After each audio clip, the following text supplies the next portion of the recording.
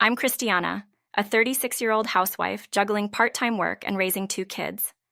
Life is generally good, but there's something that often frustrates me. My husband, Billy. We're both the same age, and he works a corporate job. On the surface, everything seems fine, but beneath the surface, there's a problem that's been growing for years. Billy always seems to prioritize his mother over our family. It started small, with little things like Billy dropping our weekend plans to help his mom with her garden. At first, I didn't think much of it. He's a caring son, and I admired that. But as time went on, it became clear that this wasn't just occasional, it was every time. If his mom needed something, everything else, including our family, took a backseat. Even on days when we had plans to visit my parents, Billy would suddenly decide to go shopping with his mom instead. The worst part was when it affected our kids. For our child's birthday, our little one was so excited about getting a character cake they had chosen. But Billy rejected it, opting for a fruitcake because his mom said it was better. Kids need to eat lots of fruits to get their vitamins, he argued. I could see the disappointment on our child's face, and it broke my heart. I tried talking to Billy about it later, but he just brushed it off. Billy's mom, on the other hand, seemed to enjoy the attention. She always had this subtle way of making sure everyone knew she was the priority. She would smile and say, "Sorry, dear." Grandma's fault, but there was always this underlying sense of superiority. She acted as if she was doing us all a favor by being there, even if it meant hurting her grandchild's feelings. As time went on, things didn't get better. In fact, they got worse after Billy's father passed away. Billy started spoiling his mother even more, and her attitude only grew more entitled. Amid all this, our 10th wedding anniversary was approaching. I was determined to make it special. "How about a nice dinner at a restaurant for our 10th anniversary? We can leave the kids with your mom or my parents," I suggested, trying to sound cheerful. Billy seemed excited and quickly agreed. "Sounds good. Let's book a fancy place. Remember that restaurant that was on TV?" We decided on a high-end restaurant we wouldn't typically visit. Billy called his mom to ask if she could watch the kids, and everything seemed set for a wonderful evening. I started looking forward to our special day, even though it was still 2 months away. But as our anniversary drew closer, I started to get nervous. Billy had promised to come straight home from work. But as the day approached, I couldn't shake the feeling that something might go wrong. The day finally arrived and I was excited. I had dressed up, prepared everything, and even arranged a small surprise for Billy. But as the hours ticked by, Billy was nowhere to be seen. I kept glancing at the clock, hoping he was just running late. But as time passed, my hope began to fade. I tried calling him, but he didn't pick up. I tried calling his mother, but she didn't answer either. In desperation, I called his office. A woman answered and quickly told me he had already left for the day. I thanked her and hung up, wondering why he couldn't just call to let me know what was going on. Our kids, who knew about our plans, kept glancing at the clock too, clearly worried. I tried to keep my cool, but inside I was starting to panic. Our reservation was for 7 p.m., and it was almost time. I called the restaurant to inform them we would be late. The hostess on the phone replied, "Your party is already here." My heart sank. "By himself?" I asked, hoping there was some mistake. "No, he's already seated with his guest," she replied. I felt a wave of confusion. "Who came with him?" I asked, my voice trembling. "A man in business attire and an older woman," the hostess said. I could barely breathe. "Excuse me, but are you sure?" I quickly asked, hoping it wasn't true. "Yes, ma'am," the hostess confirmed. "They're seated together right now." I hung up the phone, my mind racing. An older woman? Could it be his mother? Why would she be there? I immediately called Billy again. When he finally answered, he sounded annoyed. "What? You've been calling nonstop. Where are you? You're not at the restaurant, are you?" I asked, my voice shaking. "Yeah, I'm here," he replied casually. "Mom really wanted to eat at this place, so I decided to dine with her tonight. We can celebrate our anniversary at that family diner over the weekend. You love their baked rice dish, right?" I couldn't believe what I was hearing. Knowing it was our anniversary dinner, and still, he chose to bring his mother instead of me. My hands were trembling as I held the phone. "Billy, this was supposed to be our special night," I said, trying to keep my voice steady. He didn't seem to care. Since the kids will miss out on Grandma's cooking tonight, Izrania, make sure to cook them something they like. Thanks, he added casually. Hold on, I tried to keep him on the line, desperate to make him see what he was doing. My parents gave us gifts for our 10th anniversary. They even said they wanted to hear about our dinner. Gifts? Your parents always send stuff I don't like. Just toss anything that's not cash, Billy said dismissively. His words cut through me like a knife. He was suggesting we throw away heartfelt gifts from my parents. Are you sure about that? You might regret it, I pleaded, trying one last time to get through to him. Billy sounded puzzled but didn't change his mind. Nah, just keep the cash. Oh, our food's here. Don't call again. Bye, he said, and hung up. I stood there, staring at the phone in disbelief. I felt like my whole world was crumbling around me. Our kids, who had been watching, looked worried. Who's up for helping me make dinner? I asked, forcing a smile. Their enthusiastic hands shot up, lifting my spirits just a little. After dinner, I sorted the gifts as Billy had instructed. Cash aside, everything else was to be discarded. I felt ashamed and sorry for the people who had given us those gifts. How had I put up with such a man for 10 years? By the time I put the kids to bed, Billy was home. Don't you think it's a bit much to prioritize your mom even on our 10th anniversary? I asked, trying to keep my voice calm. I was the one who suggested the dinner, and you knew how much I was looking forward to it. You could have dined with your mom any other day. Billy didn't seem to care.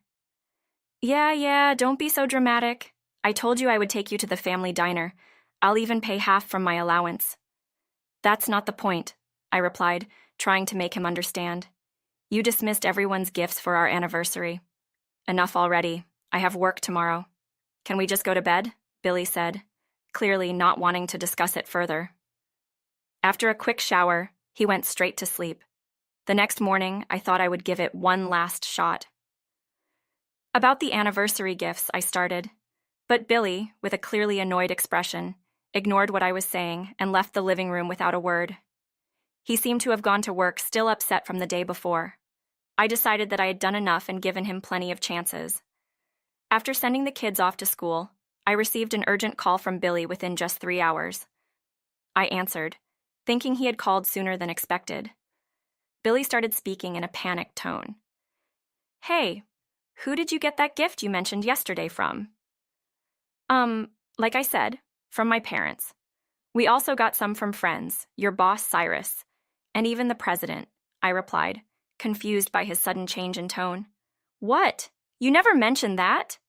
Billy's voice was filled with alarm. I did. I told you it was a gift from my parents. My father has been friends with your boss and the president for years, and our families have always been close. The two of them, who have treated me like family since I was little, had come over the previous evening to give us their gifts. The watch the president chose is so fancy, even I know about it, and the wine Cyrus brought looked delicious. But it doesn't matter now, right? You said to throw away anything that wasn't cash, so I did. There was silence on the other end of the line before Billy exploded. What have you done? Do you even realize what you have done? Billy was furious, but I wondered on what grounds he was complaining. I tried to confirm with you if it was really okay, and I tried to talk to you when you came home and again in the morning. You ignored me, Billy.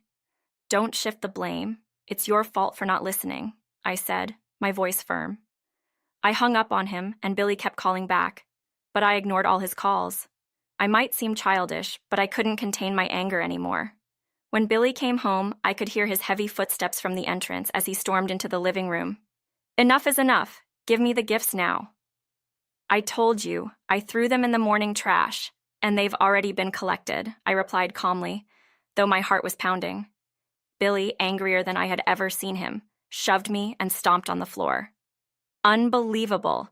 Can't you tell right from wrong? You knew it was our anniversary dinner, yet you went to a restaurant with your mother and then told me to throw away the gifts without even looking at them. I question your sanity. I confronted the yelling Billy. Throughout our heated argument, Billy kept insisting that I was the one in the wrong. You threw them away, so you apologized to them. I've already told everyone at work, so there's nothing we can do now. My anger exploded at Billy's selfish reasoning. Oh, really? Then I would like to apologize directly. Can you ask them to come here? What? What are you? Billy was visibly shaken by my words, especially when he saw the door to the adjacent room open. He grunted in surprise as he faced his boss and the president, who had emerged from the other room. The two of them, having heard Billy's side of the story, found my actions quite out of character and had called to hear my side as well. I decided to tell them everything, including the fact that I had called Billy's office while waiting for him to come home. After hearing my explanation, they felt bad that their gifts had caused a misunderstanding between us. They asked to hear our story again, so I invited them over. However, seeing how agitated Billy was when he got home, I asked them to wait in the next room to let him calm down. Billy, consumed by anger, didn't seem to notice their presence. "Oh, Mr. President, I'm sorry," Billy stammered, finally realizing the situation. He turned pale, bowed deeply, and apologized to the two of them. He must have realized that he couldn't deny the story I had just shared, especially after trying to pin the blame on me. His previous anger was gone, replaced by deep remorse as he trembled. "Lift your head." The president's voice was surprisingly gentle. Hope flickered in Billy's pale eyes. "This is a domestic issue unrelated to work. I won't reprimand you as the president," he added. His boss nodded in agreement. "Yes," added his boss, "it won't affect your job performance, but remember, we have been friends with Christiana for a long time. We would prefer to keep our distance from you personally from now on." Billy, who had often boasted about his close relationship with them outside of work, looked devastated. "How could you—" "And you say something, Christiana. Aren't you embarrassed to involve others in our marital spat?" he asked, his voice trembling. "This isn't just a marital spat," I replied calmly. "You mishandled the gifts we received, and as a result, you lost their trust. And honestly, I don't need a husband who prioritizes his mother over his wife and family, and even tries to blame his mistakes on me. I'm filing for a divorce," I declared confidently, and left the house, glad that I had sent the kids to my parents' house earlier. Rumors spread at Billy's workplace about our divorce and his strained relationship with his superiors. His colleagues, whom he had once looked down upon, now mocked him for not being able to even chat with his bosses without a wife by his side. After the divorce, he saw our kids once a month while paying child support, but he kept complaining about the money and tried to guilt-trip the kids into living with him again. As they approached their teens, they started to resist seeing him. Now, respecting the kids' wishes, we have temporarily stopped their visits. "When Dad cared more about Grandma than us, I realized we don't need to live with him," my daughter once told me. I still laugh, thinking about Billy's reaction. After declaring the divorce, I returned the gifts, which I had secretly kept, to the president and Cyrus, apologizing for the trouble.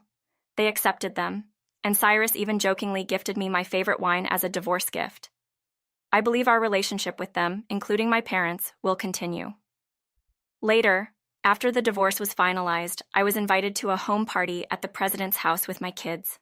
There, I was offered a job at a company run by the president's brother. Ignoring all of Billy's annoying attempts at reconciliation, I now work in a supportive environment, and the three of us live happily.